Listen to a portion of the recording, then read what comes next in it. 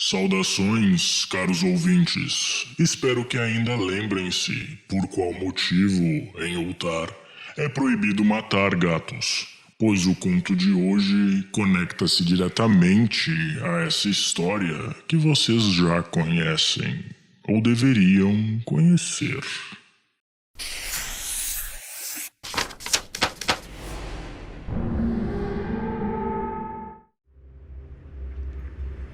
Os outros deuses. No topo do mais alto dos picos terrestres habitam os deuses da terra, e homem algum ouse dizer que os viu. Eles já habitaram picos mais baixos, mas os homens das planícies acabavam escalando as encostas de pedra e neve, empurrando os deuses para montanhas cada vez mais altas, até que, agora, só lhes resta a última delas. Conta-se que, quando deixaram seus velhos picos, levaram consigo todas as marcas de sua presença, exceto uma vez em que teriam deixado uma imagem esculpida na face da montanha, a que chamavam Granek. Mas agora eles se foram para a desconhecida Kadat, na vastidão fria que homem nenhum percorre, e se tornaram inflexíveis, já não tendo um pico mais alto para onde fugir com a chegada dos homens. Ficaram inflexíveis, e se antes permitiam que os homens os desalojassem, agora proíbem os homens de ali chegar, ou, tendo chegado, de partir.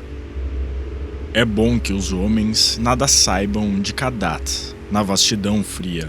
Caso contrário, tentariam imprudentemente galgá-la.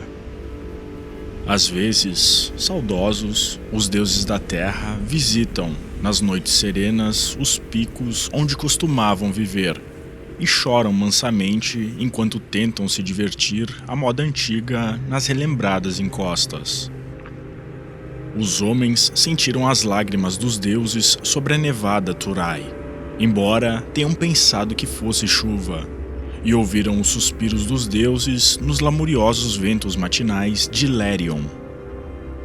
Em embarcações de nuvens, os deuses costumam viajar, e aldeões sábios conhecem lendas que os levam a se afastar de certos altos picos à noite, quando o tempo está nublado, pois os deuses já não são afáveis como antigamente. Em Ultar, que fica além do rio Sky, habitava, certa vez, um velho ansioso para encontrar os deuses da terra. Um homem profundamente versado nos 7 livros crípticos da terra e familiarizado com os manuscritos pinacóticos da distante e gélida Lomar. Seu nome era Barzai, o sábio, e os aldeões contam como ele escalou uma montanha na noite do estranho eclipse. Barzai sabia tanto sobre os deuses que poderia contar suas idas e vindas, e adivinhava tantos de seus segredos que ele mesmo se considerava meio divino. Foi ele quem sabiamente aconselhou os burgueses de Ultar quando aprovaram sua extraordinária lei contra a matança de gatos, e quem primeiro contou ao jovem sacerdote Atal para onde vão os gatos pretos na meia-noite da véspera de São João. Barzai era versado no conhecimento dos deuses da terra e ficara obcecado pelo desejo de ver suas faces. Acreditando que seu grande conhecimento secreto dos deuses o protegeria de sua ira, resolveu subir no topo da alta e rochosa Hategkla, em uma noite em que os deuses ali estariam. Hategkla fica distante, no deserto pedregoso além de Hateg, que lhe emprestou o nome, erguendo-se como uma estátua de pedra em um templo silencioso.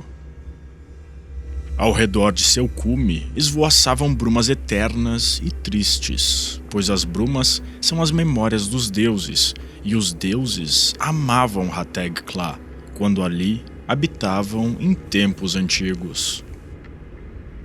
Frequentemente, os deuses da terra visitam Hategkla em suas embarcações de nuvens, espalhando pálidos vapores sobre as encostas, enquanto dançam evocativamente sobre o cume, imersos no clarão do luar. Os aldeões de Hateg dizem que é perigoso escalar Hateg Kla em qualquer momento, e mortal escalá-la à noite, quando os pálidos vapores ocultam o cume e a lua. Mas Barzai não lhes deu atenção ao chegar à vizinha altar com o jovem sacerdote Atal, seu discípulo. Atal era apenas o filho de um estalajadeiro e às vezes era tomado pelo medo. Mas o pai de Barzai tinha sido um Landgrave, habitante de um antigo castelo, não trazendo, pois, nenhuma superstição popular em seu sangue, e apenas riu-se dos assustados aldeões. Barzai e Atal dirigiram-se então para Hateg, no deserto pedregoso, apesar dos rogos dos camponeses, onde conversavam sobre os deuses terrestres à noite, acampados ao lado de suas fogueiras. Viajaram durante muitos dias até avistarem, ao longe, a imponente Hateg Kla, com sua auréola de plumas plangentes. No 13º dia, alcançaram a solitária base da montanha e Atal falou de seus temores. Mas Barzai era velho e versado, e não tinha medo. Por isso, abriu caminho impavidamente, subindo a encosta que homem algum havia escalado desde os tempos de Sansu, de quem se fala, com pavor, nos mofados manuscritos pinacóticos.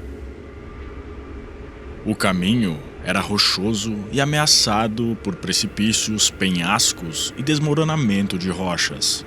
Mais tarde, o tempo ficou frio e nevoento. Barzai e Atal frequentemente escorregavam e caíam enquanto desbastavam e progrediam penosamente com a ajuda de bastões e machadinhas.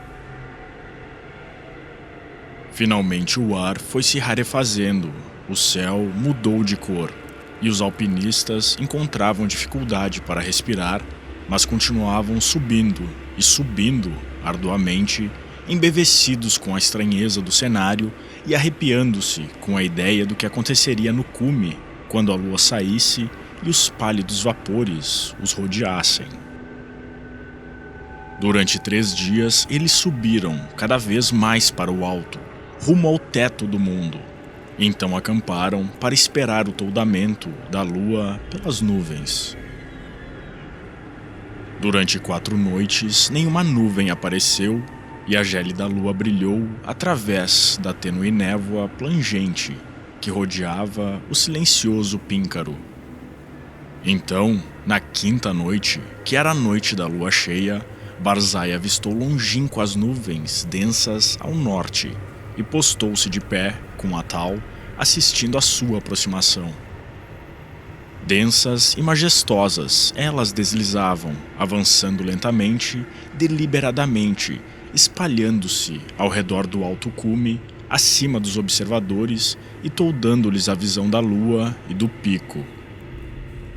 Durante uma demorada hora, os 2 espectadores ficaram observando o turbilhão de vapores e o véu de nuvens que se adensava incessantemente. Barzai era versado no conhecimento dos deuses da terra e ficou atento para escutar certos sons. Mas Atal sentia um calafrio dos vapores e o pavor da noite, assustando-se ainda mais. E quando Barzai reencetou a subida e acenou vivamente para ele, Atal demorou a segui-lo. Tão densas eram as brumas que o caminho era árduo, e embora Atal finalmente o seguisse, mal conseguia enxergar a forma acinzentada de Barzai na sombria encosta acima sob o enevoado luar. Barzai avançava penosamente, muito à frente, e a despeito de sua idade, parecia subir mais facilmente que Atal, sem temer a inclinação do terreno que começava a ficar íngreme demais para alguém que não fosse muito forte e ousado, nem se deter diante das largas fendas negras que Atal mal conseguiria saltar, e assim prosseguiram, galgando freneticamente rochas e precipícios, escorregando e caindo e, ocasionalmente, se assombrando com a vastidão e o terrível silêncio dos tenebrosos picos gelados e dos silenciosos abismos de granito. De repente, Barzai sumiu da vista de Atal ao escalar um terrível penhasco que parecia se projetar para a frente, bloqueando a passagem de qualquer alpinista não inspirado pelos deuses terrestres. Atal estava muito abaixo, planejando o que deveria fazer quando chegasse ao local, quando percebeu, intrigado, que a luz tinha ficado mais intensa, como se desnublado o pico e o enluarado ponto de encontro dos deuses estivessem muito próximos. E quando se arrastava para o rochedo saliente e o céu iluminado, sentiu calafrios mais assustadores do que jamais sentira.